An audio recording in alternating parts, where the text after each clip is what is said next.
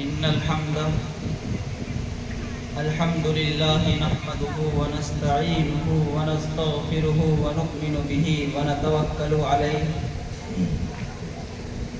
ونعوذ بالله من شرور أنفسنا ومن سيئات أعمالنا من يهده الله فلا مضل له ومن يضلله فلا هادي له ونشهد أن لا إله إلا الله وحده لا شريك له ونشهد أن محمدا عبده ورسوله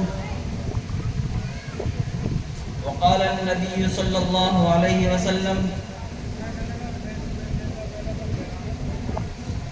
أما بعد فأعوذ بالله من الشيطان الرجيم بسم الله الرحمن الرحيم قال الله تعالى قل هذه سبيلي أدعو إلى الله على بصيرة أنا ومن اتبعني وسبحان الله وما أنا من المشركين وقال النبي صلى الله عليه وسلم يا أبا سفيان جئتكم بكرامة الدنيا والآخرة أو كما قال عليه الصلاة والسلام.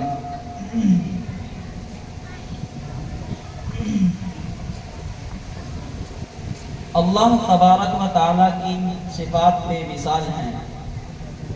میرے بھائیوں، اللہ تبارک و تعالیٰ اس کائنات کا ایک رب ہے. لیس معہ الہ یخشی، اور کوئی نہیں جس سے ڈرا جائے. ولا رب یرجا، اور کوئی نہیں جس پر امید لگائی جائے. ولا حاجب یرشا، اس کے درمیان کوئی واسطہ نہیں جسے رشوت دے کر کام نکالا جائے. ولا وزیر یؤتا، اس کا کوئی وزیر نہیں جسے رشوت دے کر کام نکالا جائے. قاہر بلا معین، قاہر بلا معین، وہ اس ساری کائنات پر قاہر ہے، مددگار اس کا کوئی نہیں. مدبر بلا مشیر، وہ اس ساری کائنات کی نظام کو چلاتا ہے، مشیر اس کا کوئی نہیں. ولا یعودہ حفظہما، وہ اس نظام کو چلاتے ہوئے تھکتا نہیں. لا تأخذہ سنۃ ولا نوم، وہ اس نظام کو چلاتے ہوئے تھکتا نہیں. لا تأخذہ سنۃ ولا نوم، وہ اونگتا نہیں اور سوتا نہیں. وما مسنا من لغوب، وہ تھکتا نہیں. وما کان ربک نسیا، وہ بھولتا نہیں. وما هم بمعجزین، وہ عاجز نہیں. لا یضل ربی ولا ینسا، نہ وہ بھولتا ہے بلکہ وہ اپنی قوت کے ساتھ ہے. الحی القیوم لا تأخذہ سنۃ ولا نوم لہ ما فی السماوات وما فی الارض، وہ ایسا زندہ ہے جس کو زندہ رہنے کے لیے کسی اسباب کی ضرورت نہیں. وہ ایسا علم والا ہے جس کو علم کہیں سے ملا نہیں، اس کے پیچھے جہالت نہیں. هو الاول لیس قبلہ شیء، وہ ایسا اول ہے کہ اس کے پیچھے اس کی کوئی ابتدا نہیں. قدیم بلا ابتدا، وہ ایسا قدیم ہے کہ جس کی ابتدا کوئی نہیں. ودائم بلا انتہا، وہ ایسا دائم ہے کہ جس کی انتہا کوئی نہیں. اس کے ساتھ اس کا کوئی شریک نہیں. الاول لیس قبلہ شیء، اس سے پہلے کچھ نہیں. والآخر لیس بعدہ شیء، اس کے بعد کچھ نہیں. والظاہر لیس فوقہ شیء، اس کے اوپر کچھ نہیں. والباطن لیس دونہ شیء، اس کے نیچے کچھ نہیں. لا تراہ العیون، جو آنکھ کی رسائی سے آگے، تخیل کی بڑی سے بڑی پرواز سے بھی آگے. کل شیء حالک الا وجہہ، ہر چیز کو بنا صرف اسی ایک کو بقا. پھر اللہ تبارک و تعالی ہمیں اپنے سامنے کھڑا کرے گا. میرے بھائی، وہ عاجز نہیں ہے، غافل نہیں ہے. پکڑ سکتا ہے، مار سکتا ہے، توڑ موڑ سکتا ہے، لیکن کیوں نہیں پکڑتا، کیوں نہیں مارتا؟ اللہ تبارک و تعالیٰ کی ایک صفت ہے کہ اللہ تبارک و تعالیٰ نے فیصلے کا دن دنیا میں رکھا ہی نہیں. بے شک بے شک فیصلہ دنیا میں نہیں، فیصلہ آخرت میں ہے۔ ان یوم الفصل کان میقاتا، ان یوم الفصل میقاتہم اجمعین، وہ فیصلے کا دن ہے، اس دن کھرا کھوٹا الگ کرے گا، دنیا میں نہیں، قیامت کے دن اعلان ہوگا۔ وامتاز اليوم ایھا المجرمون، وامتاز اليوم ایھا المجرمون، کے دنیا میں بڑے نیکوکار پارسا تھے، کل قیامت کے دن مجرمین کی صف میں کھڑے ہوں گے۔ اندر تو اللہ ہی جانتا ہے نا، اندر تو اللہ ہی جانتا ہے کہ اندر کیا ہے، میں ہوں یا میرا غیر ہے۔ مجرمین کو الگ، متقین کو الگ، وہ ایک دن آگے آ رہا ہے۔ میرے بھائیوں، وہ موت سے پاک ہے، اسی نے اسباب کائنات بنائی، لیکن خود ایک ذرے کا محتاج نہیں۔ تمام کائنات کو مسخر کیا، لیکن خود اس کی تسخیر کا محتاج نہیں۔ جنت بنائی، اس کا محتاج نہیں۔ جہنم بنائی، اس کا محتاج نہیں۔ انسان بنائے، اس کا محتاج نہیں۔ جنات بنائے، اس کا محتاج نہیں۔ اللہ تبارک و تعالی فرماتا ہے، یا ابن آدم یا عبادی انی لم اخلقکم لا تغرکم من غلہ، اے میرے بندو، میں نے تمہیں اس لیے پیدا نہیں کیا کہ تمہاری وجہ سے میرے خزانے پورے ہو جائیں گے۔ میں نے تمہیں اس وجہ سے نہیں پیدا کیا کہ میں تم سے دل لگاؤں گا۔ میں نے تمہیں اس وجہ سے نہیں پیدا کیا کہ تمہاری وجہ سے میرے کام پورے ہو جائیں گے۔ میرے کام بند پڑے تھے کہ تم آ کر ان کو پورا کرو گے۔ نہیں نہیں، انما خلقتکم لتعبدونی فضیلا وتذکرونی کثیرا وتذبحونی بکرۃ واصیلا، میں نے تمہیں اس وجہ سے پیدا کیا ہے کہ تم صبح شام میرے بن کے زندگی گزارو، میری اتباع میں زندگی گزارو۔ میرے بھائیوں، سب کو فنا، صرف اسی ایک کو بقا۔ اللہ تبارک و تعالی زمین کو پکڑے گا، آسمان کو پکڑے گا، ساتوں زمین ساتوں آسمانوں کو پکڑے گا۔ اللہ تبارک و تعالی پھر ایک جھٹکا دے گا، جیسے دھوبی کپڑوں کو جھٹکا دیتا ہے۔ اللہ تبارک و تعالی ایک جھٹکا دے گا، پھر فرمائے گا انا الملک، میں بادشاہ ہوں۔ پھر اللہ تبارک و تعالی دوسرا جھٹکا دے گا، پھر فرمائے گا انا القدوس السلام المؤمن، میں سلامتی والا ہوں۔ پھر اللہ تبارک و تعالی تیسرا جھٹکا دے گا، پھر فرمائے گا انا المہیمن العزیز الجبار المتکبر، میں مہیمن، میں عزیز، میں جبار، میں متکبر۔ پھر اللہ تبارک و تعالی کہے گا این الملوک، بادشاہ کہاں ہیں؟ این الجبار، دنیا میں ظلم کرنے والے کہاں ہیں؟ لمن الملک اليوم، آج کون بادشاہ ہے؟ کوئی ہو تو جواب دے، کوئی ہو تو بولے، کوئی ہو تو بتائے۔ اکیلا جواب دے گا، خود اپنے سوال کا جواب دے گا۔ اکیلے اللہ، اللہ جو واحد ہے، قہار ہے، جس سے کوئی لڑ نہیں سکتا، جس سے کوئی ٹکرا نہیں سکتا، جس سے کوئی چھین نہیں سکتا، جس سے کوئی بھاگ نہیں سکتا، جس سے کوئی چھپ نہیں سکتا۔ لا تخفى منکم خافیہ، چھپو گے کیسے؟ لا تنفذون الا بسلطان، لڑو کیسے لڑو گے؟ ایسے طاقتور بادشاہ کے سامنے ہم ایک دن پیش ہونے والے ہیں۔ میرے بھائیوں، ہم آزاد نہیں، ہم آزاد نہیں۔ اتنی بڑی ہستی کے ساتھ ہمارا واسطہ ہے جو کل کو کھڑا کرنے والا ہے۔ وَلَقَدْ جِئْتُمُونَا فُرَادًا، اکیلے اکیلے، كَمَا خَلَقْنَاكُمْ أَوَّلَ مَرَّةٍ، جیسے اکیلے آئے اکیلے جا رہے ہیں۔ اللہ کی بارگاہ میں ماں بیگانی بن گئی، بیوی نا آشنا بن گئی، اولاد نے ساتھ چھوڑ دیا، دوستوں نے آنکھیں پھیر لی، دشمن بھی پرائے، اپنے بھی پرائے، یہاں تک کہ ہمارا جسم بھی پرایا ہو جائے گا۔ یہ ہاتھ بولے گا کہ میں نے فلاں ظلم کیا، یہ پیر بولے گا کہ میں وہاں تیری نافرمانی میں چلا، یہ پیٹ بولے گا کہ میں نے فلاں حرام لقمہ کھایا، یہاں تک کہ ہمارا پورا جسم ہمارا مخالف ہوگا، اور ہمارے اہل و عیال نے بھی ہمارا ساتھ چھوڑ دیا۔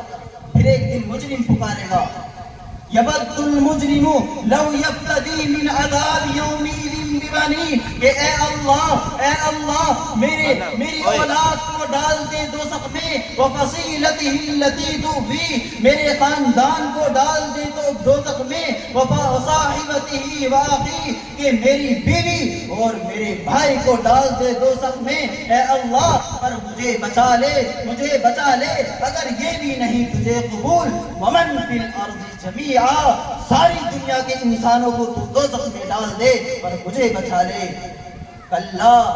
کلا نہیں، یہ نہیں ہو سکتا میرے بھائیوں، مر جاتے تو بڑا مسئلہ آسان تھا، مر کے نہ مرتے تو بڑا مسئلہ آسان تھا، لیکن مر کے مرنا نہیں ہے، مرنے کے بعد دوبارہ نئی زندگی میں شامل ہونا ہے۔ میرے بھائیوں، اگر یہاں غفلت میں مر گئے تو وہاں بہت بڑے خوفناک انجام کا سامنا کرنا پڑے گا۔ اگر کچھ لے کر گئے تو بہت خوبصورت زندگی ہے، اس کا آغاز تو ہے لیکن انجام کوئی نہیں، ابتدا تو ہے لیکن انتہا کوئی نہیں، اور یہ کائنات تیزی کے ساتھ اپنے انجام کی طرف بڑھ رہی ہے۔ من مات فقط قامت قیامتہ، کہ جو مرتا ہے اس کی قیامت آ جاتی ہے، اور ایک قیامت کائنات کی بھی آنے والی ہے، عنقریب ختم ہونے والی ہے، اور ایک دن موت کا جھٹکا اس کو جھنجھوڑ دینے والا ہے، اور ہمیں بالکل بے بس کر دیا جائے گا، قبر کی چہر دیواریوں میں پھینک دیا جائے گا، جہاں انسان چیخنا چاہے چیخ نہیں سکتا، چلانا چاہے چلا نہیں سکتا، بتانا چاہے بتا نہیں سکتا۔ لا تقدمونی، مجھے نہ لے جاؤ، پوری کائنات اس کا نوحہ سنتی ہے، لا تقدمونی، مجھے قبر میں نہ لے جاؤ، لیکن میرے بھائیوں آج اس کا اختیار ختم ہو چکا ہے، پوری کائنات پوری دنیا اس خوفناک انجام کی طرف بڑھ رہی ہے۔ میرے بھائیوں، ہم تو چھوٹے چھوٹے مسائل کو مسئلہ بنا کر بیٹھے ہیں، کہ مر جانا یہ بھی تو بڑا مسئلہ ہے نا، یہ مر جانا یہ بھی تو بڑا مسئلہ ہے۔ ہم تو پرانی چادر اتار کر بستر پر نئی چادر بچھواتے ہیں، لیکن جس وقت مٹی کی چادر ہوگی، جس وقت مٹی کا بستر ہوگا، اس وقت کیا بات بنے گی؟ جب بلب فیوز ہو جائے فوراً نیا بلب لگواتے ہیں، لیکن وہ وقت کیا ہوگا جب ایک دن قبر کے گھڑے میں جا پڑیں گے، جب ایک دن قبر کے گھڑے میں جا پڑیں گے، یہاں گھنٹی لگی ہوئی ہوتی ہے، نوکر کو بلائیں فوراً آ جاتا ہے، لیکن وہ وقت کیا ہوگا جہاں آپ کی نہ کوئی سن سکے گا، نہ کوئی سنا سکے گا، نہ کوئی سنا سکے گا۔ میرے بھائیوں، کتنا خوفناک انجام ہے، جب کپڑے پر داغ لگ جائے فوراً اتار دو، آج بدن پر کیڑے رینگ رہے ہیں، گھنٹوں چہروں کو سجایا جاتا ہے، کتنے صابن، کتنے شیمپو، کتنی خوشبوئیں وغیرہ لگائی جاتی ہیں، لیکن آج انہی آنکھوں کو قبر کے کیڑے کھائیں گے، اور اسی پر چل رہے ہوں گے، ہمارا پورا وجود کیڑوں کی غذا بن چکا ہوگا، اور انہی کیڑوں کو دوسرے کیڑے کھا رہے ہوں گے۔ میرے بھائیوں، اللہ تبارک و تعالیٰ فرماتا ہے، افحسبتم انما خلقناکم عبثا، اے میرے بندو تمہیں کیا ہو گیا، کیسی زندگی گزار رہے ہو، جیسے تمہیں آزاد پیدا کیا گیا ہے؟ کیا تم پر کوئی نگہبان نہیں ہے؟ کیا تمہیں خبر نہیں ہے؟ وما یلفظ من قول الا لدیہ رقیب عتید، کہ میں تمہاری زبان کا ہر بول لکھ رہا ہوں، بلا ورسلنا لدیہم یکتبون، کہ میرے فرشتے تمہاری زبان کے ہر بول کو لکھ رہے ہیں۔ تو اللہ تبارک و تعالیٰ کی کھلی کتاب جب بتلا رہی ہے کہ تمہاری زبان کا ہر بول لکھا جاتا ہے، یعلم خائنۃ الاعین، تمہاری آنکھ جو غلط دیکھتی ہے وہ بھی لکھا جاتا ہے، وما تخفی الصدور، تمہارے دل میں جو غلط خیالات پیدا ہوتے ہیں وہ بھی لکھا جاتا ہے، اللہ تبارک و تعالیٰ فرماتا ہے، وما خلقنا السماء والارض وما بینہما لاعبین، کہ اے میرے بندو زمین و آسمان جو کچھ اس کے اندر ہے میں نے کوئی کھیل کود کے لیے تو نہیں پیدا کیا.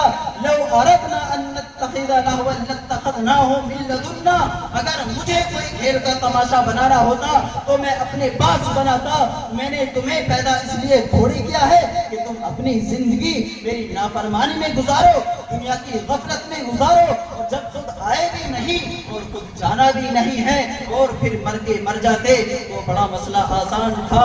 لیکن مر کے مرنا نہیں ہے, مرنے کے بعد دوبارہ نئی زندگی میں شامل ہونا ہے. حضرت علی رضی اللہ تعالیٰ عنہ کا فرمان ہے الناس ناما, لوگ سوئے ہوئے ہیں, جب موت آئے گی تو آنکھ کھل جائے گی. اور یہ دنیا ایک خواب ہے. ایک آدمی خواب دیکھ رہا ہے کہ میں بہت خوبصورت گھر میں بیٹھا ہوں, ایک آدمی خواب دیکھ رہا ہے میں بائک چلا رہا ہوں, ایک آدمی خواب دیکھ رہا ہے میں ریڑھی چلا رہا ہوں, ایک آدمی خواب دیکھ رہا ہے میں جھونپڑے میں بیٹھا ہوں. لیکن موت دونوں کو قبر کے کھڑے میں پہنچا دے گی, قبر کی مٹی دونوں کو برابر کر دے گی. یہ بھی اسی مٹی میں, وہ بھی اسی مٹی میں. ایسے گھر میں رہنے والے کے لیے ٹائلیں نہیں لگوائی جاتی اور جھوپڑے میں رہنے والے کے لیے وہی سادہ مٹی ہوتی ہے. یہ بھی اسی مٹی میں, وہ بھی اسی مٹی میں. اللہ تبارک و تعالیٰ فرماتا ہے یا ایھا الناس ان وعد اللہ حقا, کہ اے لوگوں خوب سن لو کہ میرا وعدہ حق ہے, سچا ہے. کیا وعدہ ہے؟ منہا خلقناکم, کہ اس مٹی سے پیدا کیا ہے, وفیہا نعیدکم, یعنی واپس پہنچا دوں گا, ومنہا نخرجکم تارۃ اخری, کہ پھر تمہیں اسی مٹی سے دوبارہ زندہ کروں گا. قل بلا وربی, اے لوگوں تو عظیم چیزوں کو مت بھولنا. پھر آپ صلی اللہ علیہ وسلم روئے اور اتنا روئے کہ داڑھی مبارک آنسوؤں سے تر ہو گئی. آپ نے فرمایا الجنت والنار, اے لوگوں دوزخ کو نہ بھولنا, جہنم کو نہ بھولنا. پھر آپ نے فرمایا اطلبوا الجنت جہدکم, جتنا جنت کا زور لگا سکتے ہو لگاؤ, واہربوا من النار جہدکم, جتنا دوزخ سے بھاگ سکتے ہو بھاگو. فإن الجنت اليوم فإن الجنت لا ينام طالبها, جنت کا طلب کرنے والا سوتا نہیں ہے. والنار لا ينام غائبها, کہ دوزخ سے ڈرنے والا غافل نہیں ہوتا. فإن الجنت اليوم محفوفة بالمارہ, کہ جنت آج ڈھانپی ہوئی ہے مشقتوں میں, پریشانیوں میں. وإن الدنیا محفوفة بالشہوات واللذات, کہ دنیا اور دوزخ آج ڈھانپی ہوئی ہے لذتوں میں, خواہشاتوں میں. کہیں تمہیں یہ دنیا کی چیزیں جنت سے محروم نہ کر دیں, کہیں تم دنیا کی غفلت میں آ کر جنت کا راستہ مت بھول جانا. آپ صلی اللہ علیہ وسلم نے فرمایا کہ کوئی ہے جنت کا طلب کرنے والا, فإن الجنت لا خطر لها, کہ جنت کوئی خطرے کی جگہ نہیں ہے. آپ صلی اللہ علیہ وسلم تشریف فرما تھے. آپ صلی اللہ علیہ وسلم نے ارشاد فرمایا کہ ایک آدمی کے 3 بھائی ہیں اور وہ مرنے لگے اور وہ ایک کو بلائے اور کہتا ہے کہ بھائی تو میرا کیا کرے گا, میں مر رہا ہوں. وہ کہے گا کہ بھائی تو مر جائے گا, میں پرایا ہو جاؤں گا. دوسرے سے پوچھا کہ بھائی تو کیا کرے گا, وہ کہے گا کہ بھائی میں آپ کا علاج کروں گا, جب آپ مر جائیں گے میں آپ کو قبر میں دفن کر کے واپس آ جاؤں گا. تیسرے سے پوچھا کہ بھائی تو کیا کرے گا, وہ کہے گا کہ بھائی میں آپ کا ساتھ دوں گا, تیری قبر میں, تیرے حشر میں, تیری ترازو میں, جنت تک تیرا ساتھ دوں گا. آپ صلی اللہ علیہ وسلم نے فرمایا بتاؤ ان تینوں میں کون سا بہتر ہے. صحابہ نے کہا کہ یا رسول اللہ وہ جو آگے تک ساتھ لے گا وہ سب سے بہتر ہے. آپ صلی اللہ علیہ وسلم نے ارشاد فرمایا کہ پہلا بھائی مال ہے جو موت پر پرایا ہو گیا, اور دوسرا بھائی اولاد رشتہ دار ہیں جو قبر پر جا کر پرائے ہوں گے. جب میت کو قبر میں ڈالا جاتا ہے تو ایک فرشتہ قبر کی مٹی اٹھا کر مجمع کے اوپر پھینکتا ہے اور کہتا ہے کہ جاؤ تم نے اس کو بھلا دیا یہ تمہیں بھلا دے گا۔ 3 دن کے بعد سارے ماتم خوشیوں میں بدل جاتے ہیں، سب بھول جاتے ہیں۔ کوئی آیا تھا چلا بھی گیا، نام بھی مٹ گیا۔ ایک صاحب پھر آپ نے فرمایا کہ تیسرا بھائی تمہارے اعمال ہیں جو جنت تک ساتھ دے گا۔ ایک صحابی بیٹھے ہوئے تھے، حضرت عبداللہ رضی اللہ تعالیٰ عنہ، کہنے لگے کہ یا رسول اللہ اگر اجازت ہو میں کچھ اشعار کہوں؟ تو آپ نے فرمایا کہ اجازت ہے کہو۔ تو انہوں نے کہا کہ یا رسول اللہ مجھے اجازت دیں۔ اگلے دن تشریف لائے، آپ صلی اللہ علیہ وسلم نے سارے صحاباؤں کو جمع کیا اور فرمایا کہ بھائی سنو عبداللہ کیا کہتا ہے۔ تو انہوں نے کہا کہ یا رسول اللہ میرے ماں باپ، میرے بیوی بچے، میری اولاد، میرے رشتہ دار، میرا پیسہ، میرے اعمال، اس کی مثال اس آدمی کی ہے جو مر رہا ہے اور کہہ رہا ہے کہ بھائی اللہ کے واسطے میری مدد کریں، تنہائی کا لمبا سفر شروع ہونے والا ہے، جدائی کی طویل گھڑیاں شروع ہونے والے ہیں، اللہ کے واسطے میری مدد کریں۔ تو پہلا بھائی بولتا ہے کہ بھائی میں تیرا بڑا گہرا دوست ہوں، میں تمہاری مدد کروں گا، لیکن صرف موت تک۔ جب موت آئے گی تو تیرے کفن سے پہلے ہی میرے اوپر لڑائیاں شروع ہو جائیں گی۔ سیسلک بھی فی محیل من محائل، کہ ابھی تیرے کفن کے لیے بعد میں تدبیریں سوچی جائیں گی، لیکن پہلے لوگ میرے اوپر ٹوٹ پڑیں گے۔ اگر میرے دوست مجھ سے نفع اٹھانا ہے تو میرے اوپر رحم نہ کھا، میرے اوپر رحم نہ کھا، بس تنفذونی، مجھے خرچ کر دے، وعجل فلاحا قبل حتف معاجرین، اور اس موت سے پہلے پہلے کچھ نیکی آگے بھیج دے، کیونکہ موت کے بعد میں تیرا نہیں ہوں، تیرا نہیں ہوں۔ تیرے دفن سے پہلے، تیرے کفن سے پہلے میرے اوپر لڑائیاں شروع ہو جاتی ہیں، اور یہ تو آنکھوں دیکھے واقعات ہیں۔ پھر میرا وہ بھائی بولا جس کے لیے میں نے بڑے پاپڑ ویلے، جس کے لیے میں نے بڑے دکھ جھیلے، جس کو میں سب پہ ترجیح دیتا تھا، جس کے لیے میں نے بڑی بڑی مشقت کے راستے طے کیے، یعنی میری اولاد، میرے رشتہ دار، کہ میں تیری موت تک کا ساتھی نہیں ہوں، میں آپ کے علاج کا بھی ساتھی ہوں، آپ کی قبر تک کا بھی ساتھی ہوں، یعنی میں آپ کا علاج بھی کروں گا، آپ کے لیے بہتر سے بہتر ڈاکٹر مہیا کروں گا، آپ کے لیے بہتر سے بہتر ڈاکٹر مہیا کروں گا، اور سارے سہولت کے اسباب پیدا کروں گا۔ جب آپ مر جائیں گے، لیکن موت کے درد سے میں نہیں لڑ سکتا، جب آپ مر جائیں گے تو میں اپنا گریبان چاک کر دوں گا، بال کھول دوں گا، زور زور سے شور مچاؤں گا، وبیلا کروں گا، نوحہ کروں گا، جو لوگ تعزیت کے لیے آئیں گے میں کہوں گا ایسا تھا میرا باپ، ایسی تھی میری ماں، ایسے تھے میرے بچے، ایسی تھی میری بیوی، ایسا تھا میرا خاوند، میں صرف تیری تعریفیں کر سکتا ہوں اور کچھ نہیں کر سکتا۔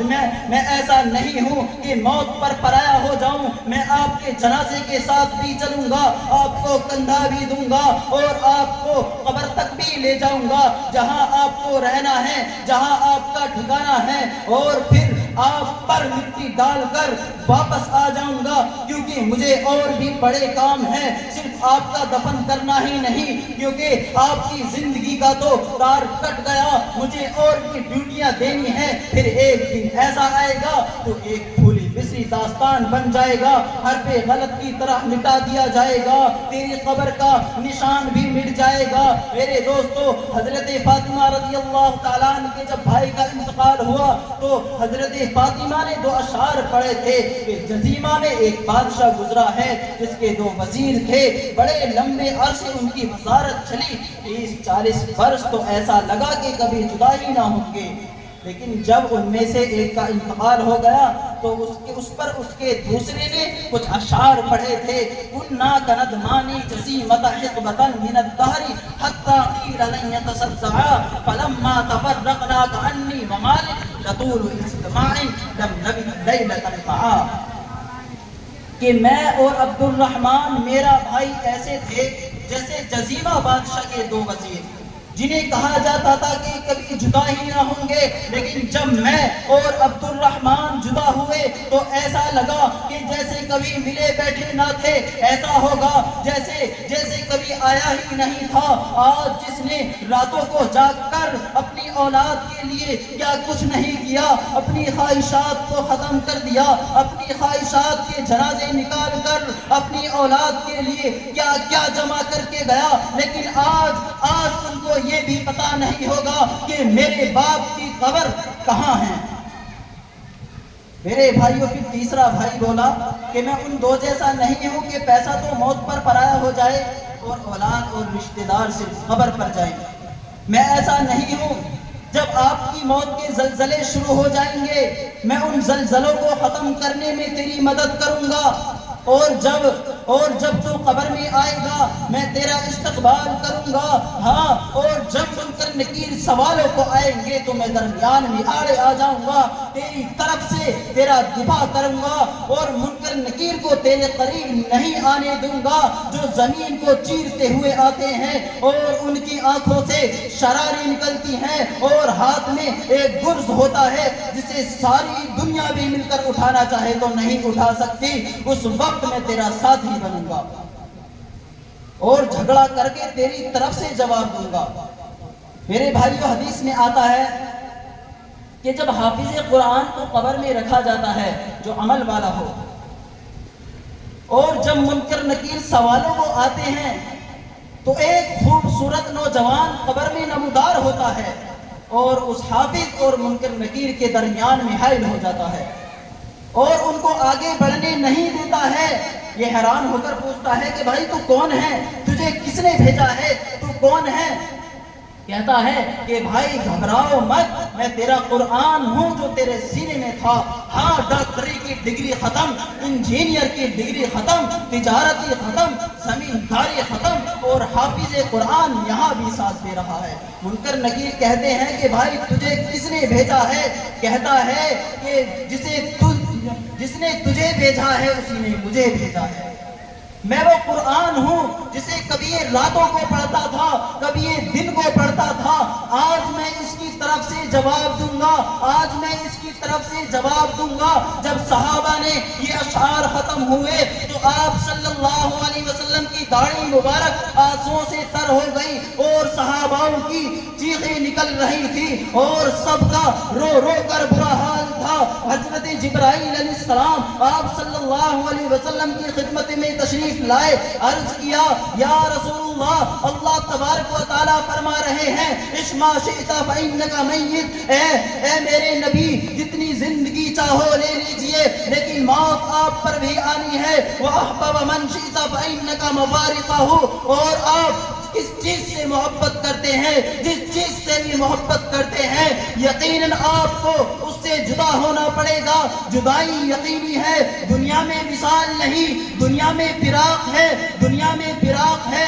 امیہ ابن خلف آیا، عاص ابن وائل آیا یا ولید ابن مغیرہ آیا، تین قول ہیں، ہاتھ میں پرانی ہڈی تھی، اس نے اس ہڈی کو حضور صلی اللہ علیہ وسلم کو دکھایا اور اسے مسلا اور ہوا میں اڑا دیا اور کہا کہ کیا کہتے ہو اے محمد، کیا تمہارا رب اسے بھی زندہ کرے گا؟ حالانکہ یہ تو ہوا میں تحلیل ہو گئی، ہوا میں بکھر گئی۔ اللہ تبارک و تعالیٰ نے جبرائیل علیہ السلام کو بھیجا، فرمایا وَضَرَبَ لَنَا مَثَلًا وَنَسِيَ خَلْقَهُ قَالَ مَن يُحْيِي الْعِظَامَ وَهِيَ رَمِيمٌ قُلْ يُحْيِيهَا الَّذِي أَنشَأَهَا أَوَّلَ مَرَّةٍ وَهُوَ بِكُلِّ خَلْقٍ عَلِيمٌ، کہ میرے ہاتھ سے پیدا ہوا، مجھے مثالیں دیتا ہے اور کہتا ہے کہ اس ہڈی کو کون زندہ کرے گا؟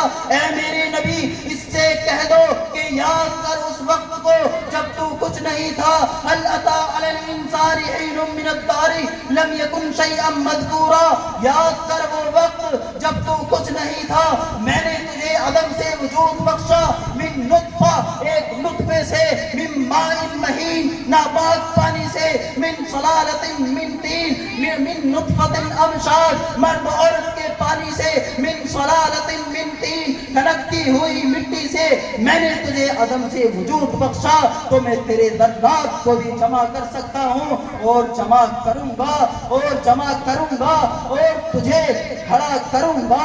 آپ نے فرمایا سن لے اے عاص، اللہ تبارک و تعالی اس ہڈی کو بھی جمع کرے گا اور اسے بھی زندہ کرے گا اور تجھے بھی زندہ کرے گا اور تجھے جہنم کا عذاب چکھائے گا۔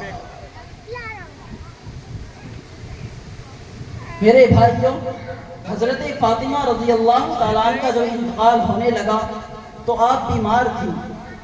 حضرت علی کسی کام سے باہر گئے ہوئے تھے تو انہوں نے اپنی خادمہ کو بلایا، فرمایا کہ میرے لیے پانی تیار کر۔ پانی تیار کیا، پھر فرمایا کہ مجھے غسل کروا۔ غسل کروایا گیا، اس کے بعد کپڑے پہنے، پھر فرمایا کہ میری چارپائی کو درمیان میں کر دے۔ پھر چارپائی کو درمیان میں کر دیا۔ پھر اس کے بعد فرمایا کہ میرا انتقال ہونے والا ہے، خبردار میرے جسم کو کوئی نہ دیکھے، میرے جسم کو کوئی نہ دیکھے، میرا غسل ہو چکا ہے، یہی میرا غسل ہے، یہ کہہ کر انتقال فرما گئی۔ حضرت علی آئے، دیکھا کہ کہانی ختم ہو چکی ہے، 24 سال کی عمر میں انتقال فرمایا۔ تو ان کی خادمہ نے قصہ سنایا اور حضرت علی رضی اللہ تعالیٰ نے فرمایا خدا کی قسم ایسا ہی ہوگا جیسے فاطمہ کہہ گئی ہیں۔ جب فاطمہ کو دفن کر دیا اور لوگ بھی کھڑے ہوئے ہیں، اب ایک اور منظر قائم کیا، آواز دی یا فاطمہ یا فاطمہ یا فاطمہ، 3 مرتبہ آواز دی لیکن کوئی جواب نہ آیا۔ حضرت علی نے فرمایا یہ فاطمہ کو کیا ہوا، یہ تو میری ایک پکار پر تڑپ کے اٹھ جاتی تھی، آج میری صدائیں باز گشت بن چکی ہیں لیکن جواب نہیں آ رہا ہے، یہ جواب کیوں نہیں آ رہا ہے؟ ارے محبوب، صرف قبر میں جاتے ہی ساری محبتیں بھول گئے، ہاں کوئی کب تلک ساتھ دیتا ہے، آخر ساتھ ٹوٹ ہی جاتا ہے۔ ہاں میں نے انہی ہاتھوں سے اپنے محبوب نبی کو دفن کیا، آج انہی ہاتھوں سے میں نے فاطمہ کو کھو دیا، مٹی میں دفن کر دیا، مٹی میں کھو دیا، اور آج مجھ پر بھی یہ بات کھل گئی کہ ایک دن مجھ پر بھی یہ رات آنے والی ہے جب میرا بھی جنازہ اٹھ جائے گا تو پھر رونے والوں کا رونا میرے کس کام کا؟ ہمیں کیا جو تربت پہ میلے رہیں گے، ہمیں کیا جو تربت پہ میلے رہیں گے، تہے خاک ہم تو اکیلے رہیں گے۔ میرے بھائیوں، حضرت عیسیٰ علیہ السلام تشریف لے جا رہے تھے، راستے میں ایک قبر دیکھی، فرمایا یہ ہے نوح علیہ السلام کے بیٹے سام کی قبر۔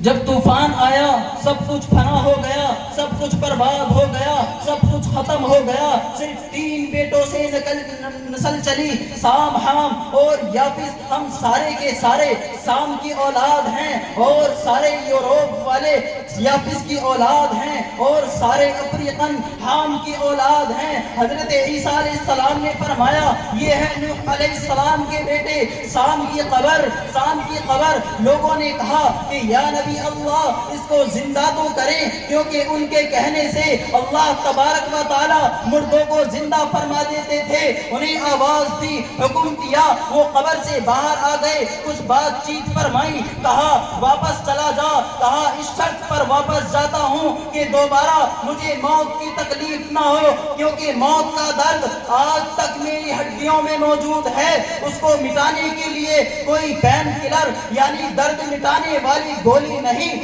سوائے تقوی اور توکل کے، سوائے اللہ تبارک و تعالیٰ کی بندگی کے، سوائے اللہ تبارک و تعالیٰ کی بندگی کے۔ کہ کتنا بڑا حادثہ ہے جو ہر مرد عورت پر آنے والا ہے، اور کتنی بڑی غفلت ہے کہ سب سے بڑے حادثے کا ہم نے کبھی تذکرہ ہی نہیں کیا کہ موت کے لیے کیا کیا جائے، قبر کے لیے کیا کیا جائے۔ اس چھوٹے سے گھر کو سجانے کے لیے، اس چھوٹے سے گھر کو سجانے کے لیے سارا دن منصوبے بناتے ہیں، لیکن جہاں رہنا ہے اور وہیں سے اٹھنا ہے اس کو بھی تو سجانے کے لیے تو سوچا جائے کہ وہ گھر بھی ہمارا ہے، وہ دن بھی آنے والا ہے۔ بیت الوحشہ، بیت الغربہ، بیت الدور، جو خود کیمرے کے سامنے بتا پھر تجھے میں فوکس کیڑوں کرے، کا گھر ہوں، میں دماغ کا تنہائی ولر کا کرتے گھر ہیں۔ ہوں، میں وحشت کا گھر ہوں، میں ظلمت کا گھر ہوں۔ جب وہ مارنے پر آتا ہے تو بند کمروں سے آ کر موت لے جاتی ہے، خواب گاؤں سے موت اٹھا کے لے جاتی ہے، حفاظتی پیروں سے موت اچک لیتی ہے۔ کبھی کسی نے موت کا راستہ روکا ہے؟ حجاج بن یوسف نے کہا سعید بن جبیر رضی اللہ تعالیٰ عنہ سے کہ ابھی تیرا سر اڑاتا ہوں، لیکن کہا کہ اگر تجھے موت کا مالک سمجھتا تو تجھے ہی معبود بنا لیتا۔ میرا رب فیصلہ کر کے فارغ ہو چکا ہے کہ مجھے کب مرنا ہے۔ میرے بھائیوں، حضرت عیسیٰ علیہ السلام کا ایک بستی سے گزر ہوا تو وہاں سب کچھ برباد ہوئے پڑا تھا۔ حضرت عیسیٰ علیہ السلام نے فرمایا کہ یہاں اللہ کے عذاب کا کوڑا برسا ہے، فَصَبَّ عَلَيْهِمْ رَبُّكَ سَوْطَ عَذَابٍ، کہ یہاں تیرے رب کے عذاب کا کوڑا برسا ہے۔ میرے بھائیوں، آج دنیا میں اللہ تبارک و تعالیٰ کے عذاب کا کوڑا کیوں نہیں برستا؟ ہاں، آج کھرا اسلام دنیا میں نہیں ہے، آج کھرے کلمے والے دنیا میں نہیں ہے۔ جس زمانے میں، جس ماضی میں، حال میں، مستقبل میں جب بھی یہ کلمے والے وجود میں آئیں گے تو اللہ تبارک و تعالیٰ کا عذاب کا گوڑا بڑی سے بڑی مادی طاقت پر برسے گا، چاہے وہ ایٹم کی طاقت ہو، چاہے وہ تلوار کی طاقت ہو، چاہے وہ حکومت کی طاقت ہو۔ جب بھی یہ کلمے والے وجود میں آئیں گے تو اللہ تبارک و تعالیٰ کی عذاب کا گوڑا برسے گا۔ حضرت عیسیٰ علیہ السلام نے فرمایا کہ یہ سب اللہ کی نافرمانی کی وجہ سے ہلاک ہوئے ہیں، اور ان کی آواز پر مردے زندہ ہو جاتے تھے۔ آپ نے ندا کی یا اہل القریہ، اے بستی والو، اے بستی والو۔ آواز آئی لبیک یا نبی اللہ، لبیک، ہم حاضر ہیں اے اللہ کے نبی، ہم حاضر ہیں، ہم حاضر ہیں۔ حضرت عیسیٰ علیہ السلام نے فرمایا ماذا جنایتکم وماذا سبب ہلاککم، کہ تمہارا گناہ کیا تھا، تمہیں کس سبب سے ہلاک کیا گیا؟ آواز آئی ہمارے دو کام تھے، حب الدنیا و صحبت الطواغیت، کہ ہمارے دو کام تھے کہ جس کی وجہ سے ہم ہلاک ہوئے۔ ایک تو دنیا سے محبت تھی، دوسری طواغیت کے ساتھ صحبت تھی۔ عیسیٰ علیہ السلام نے فرمایا کہ طواغیت کی صحبت سے کیا مطلب ہے؟ آواز آئی کہ بروں کا ساتھ دیتے تھے اور بروں کی صحبت میں بیٹھتے تھے۔ فرمایا کہ دنیا کی محبت سے کیا مطلب ہے؟ آواز آئی کہ دنیا کی محبت اس طرح تھی کہ کل امی لولدیہا، جیسے ماں اپنے بچے سے محبت کرتی ہے، ویسے ہی جب دنیا آتی تھی تو ہم خوش ہو جاتے تھے، اور جب دنیا چلی جاتی تھی تو ہم غمگین ہو جاتے تھے۔ حلال و حرام کی پرواہ کیے بغیر دنیا کماتے تھے، اور خرچ کرنے میں جائز و ناجائز کو نہیں دیکھتے تھے، بس اس پر ہماری پکڑ ہوئی۔ حضرت عیسیٰ علیہ السلام نے فرمایا کہ اس پر تمہارا کیا ہوا؟ آواز آئی بتنا بالعافیہ واصبحنا فی الحاویہ، رات کو اپنے گھروں میں سوئے، لیکن جب صبح ہوئی ہم سب کے سب حاویہ میں پہنچ چکے تھے، حضرت عیسیٰ علیہ السلام نے فرمایا وما حاویہ، یہ حاویہ کیا ہے؟ آواز آئی سجین، یہ سجین ہے۔ فرمایا کہ وما سجین، یہ سجین کیا ہے؟ آواز آئی کل جمرۃ منہا مثل اطباق الدنیا کلہا ودفنت ارواحنا فیہا، کہ اے اللہ کے نبی، کہ سجین وہ قید خانہ ہے جس کا ایک ایک انگارہ ساتوں زمینوں کے برابر بڑا ہے، اور ہماری ارواح کو اس میں دفن کر دیا گیا ہے۔ حضرت عیسیٰ علیہ السلام نے فرمایا کہ تم ہی ایک بول رہے ہو، اور کیوں نہیں بول رہے؟ آواز آئی کہ اے اللہ کے نبی، وہ نہیں بول سکتے، ان کے منہ پر آگ کی لگامیں چڑھی ہوئی ہیں، اور میرے منہ پر آگ کی لگام نہیں، میں اس لیے بول رہا ہوں۔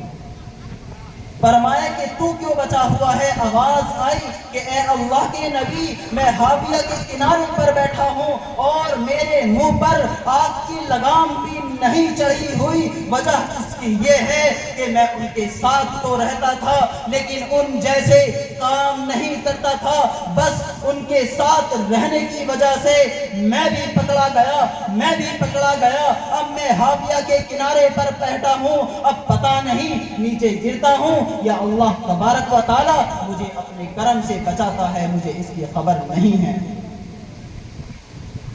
میرے بھائیوں، اللہ کے واسطے میری فریاد سنو، کہاں جا رہے ہو، کیا کر رہے ہو؟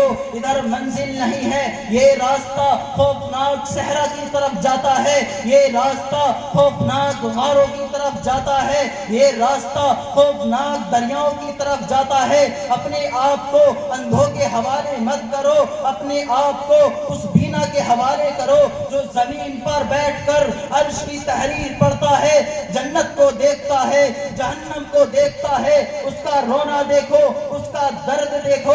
میرے بھائیوں، محمود غزنوی دنیا کا نمبر 2 فاتح ہے، جس نے دنیا میں سب سے زیادہ فتوحات کیے۔ محمود غزنوی نے محل بنایا، بڑا خوبصورت، بڑا عالی شان، ابھی شہزادہ تھا، باپ زندہ تھا، باپ کو کہا ابا جان میں نے گھر بنایا ہے، ذرا آپ اس کا معائنہ تو فرمائے۔ اس کا والد سبکتگین بڑا نیک سپاہی تھا، اللہ نے بادشاہ بنا دیا، اوقات یاد تھی، آیا محل، اور محل حسین حسن و جمال کا نمونہ، نقش و نگار کا نمونہ، لیکن ایک لفظ نہیں کہا محمود غزنوی نے۔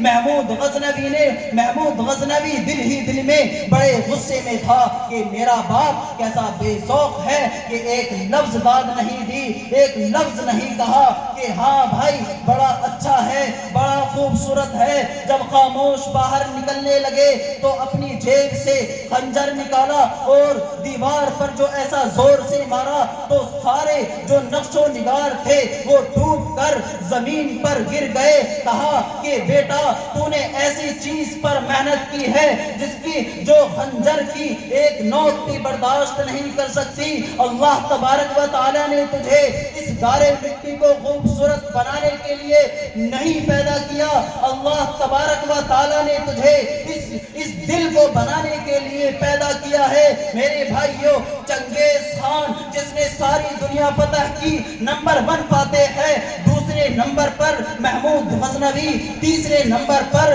تیمور لنگ، چوتھے نمبر پر سکندر یونانی، ساری دنیا فتح کر لی۔ اس خبیث کو 70 سال لڑائیاں لڑتے گزر گئے، اب اس کو خیال آیا کہ عمر تو گزر گئی لڑائیاں لڑتے اور اب زندگی کی ڈور بھی لپٹ چکی ہے۔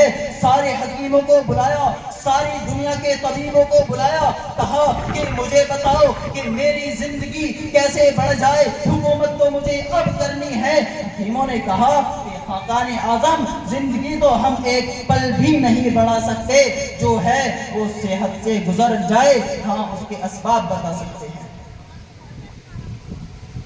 74 سال کی عمر میں مر گیا۔ اللہ تبارک و تعالیٰ نے اس خبیث کو صرف 4 برس مہلت دی، کھوپڑیوں کے ڈھیر لگا دیے، لاکھوں انسانوں کو تہے دیگ کر دیا اور خود کو 4 برس بھی حکومت نصیب نہ ہوئی۔ میرے بھائیوں، تو کوئی چاہتا ہے کہ ایسے گھر میں مر جائے؟ ارے جھونپڑے والا بھی نہیں چاہتا ہوگا ایسے گھر میں مر جائے، تو پھر محل میں رہنے والا کیسے چاہے گا کہ وہ ایسے گھر میں مر جائے؟ لیکن اینما تکونوا یدرککم الموت ولو کنتم فی بروج مشیدہ، کہ بھاگو کہاں بھاگو گے، یقیناً تمہیں موت کا سامنا کرنا پڑے گا، کہ کہاں ایک ہستی کھیلتی زندگی مٹی کے ڈھیر میں تبدیل ہو جاتی ہے، تہے خاک ریزہ ہو جاتی ہے، ہڈیاں منتشر ہو جاتی ہیں، وہ خوبصورت چہرے جنہیں قبر کے کیڑے کھا جاتے ہیں، وہ آنکھیں جو چشمے آہوں سے تعبیر کی جاتی تھی، آج انہی پر کیڑے رینگ رہے ہیں، وہ جسم جو ہاتھ لگانے سے میلا ہوتا تھا آج وہ کیڑوں کی غذا بن چکا ہے، وہ جسم جو لاکھوں اور قیمتی کپڑوں سے سجایا جاتا تھا آج اسی سے ایسی بدبو پھیل رہی ہے کہ قبر کا تھوڑا سا سوراخ کر دیا جائے تو سارے قبرستان میں بدبو ہی بدبو پھیل جاتی ہے۔ واثق باللہ ایسا جابر بادشاہ تھا کہ اس کی آنکھوں میں آنکھیں ڈال کر کوئی بات نہیں کرتا تھا، ایسا قہر برستا تھا اس کی آنکھوں سے، لیکن جب موت نے جھٹکا دیا تو ہاتھ آسمان کو اٹھے اور کہانی ختم۔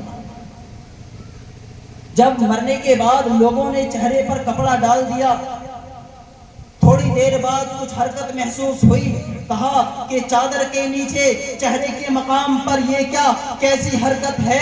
جب چادر کو اٹھا کے دیکھا تو ایک چوہا اس کی دونوں آنکھیں کھا چکا تھا۔ عباسی محل میں چوہے آ جائیں جس کے محل میں 38,000 پردے لٹکے ہوئے ہوں اور ہر پردے پر سونے کا پانی چڑھا ہوا ہو اور ہیرے وہاں ایسے لٹکائے جاتے تھے جیسے انگور کے گچھے لٹکائے جاتے ہیں، تو یہ چوہا کہاں سے آیا؟ اس کی خوابگاہ میں یہ چوہا کہاں سے آیا؟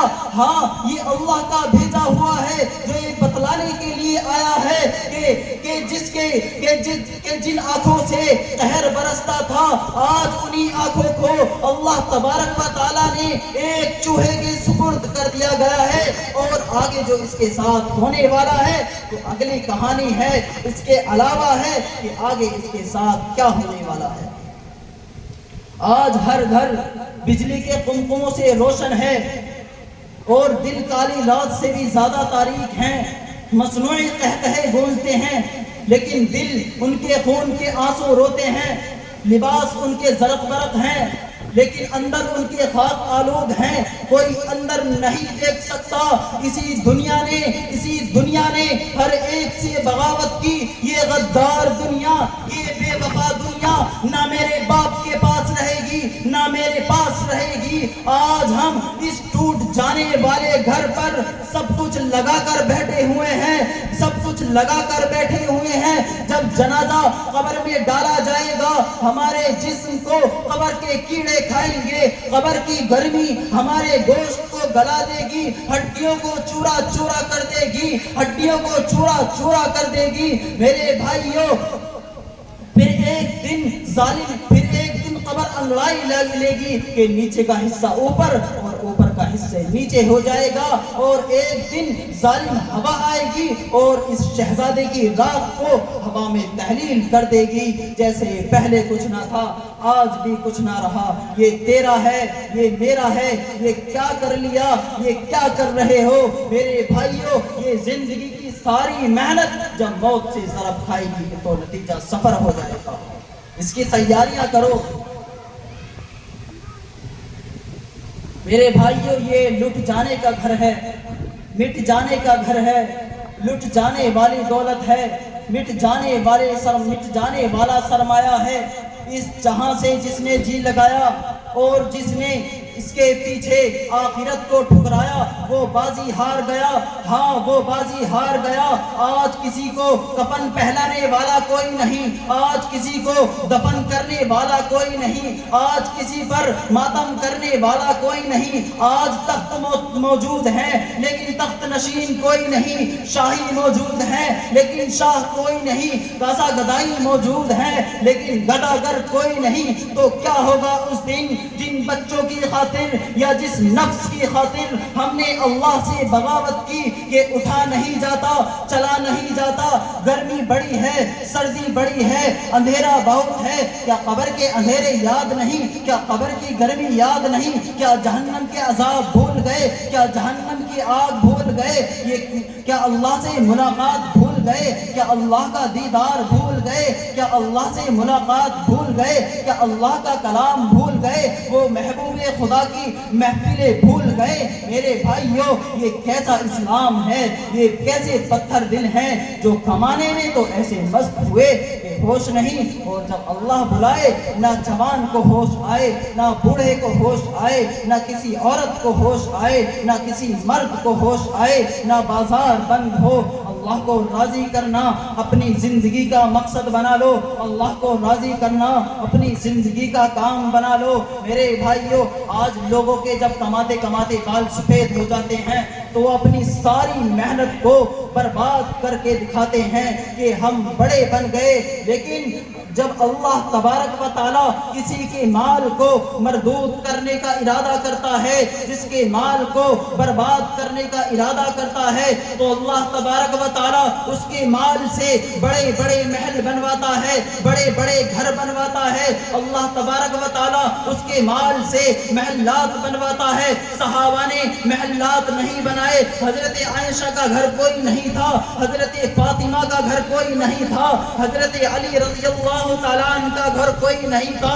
لیکن ان کی محنت سے سارے عالم میں ایمان پھیل رہا تھا، سارے عالم میں دین وجود میں آ رہا تھا، سارے عالم میں دین پھیل رہا تھا۔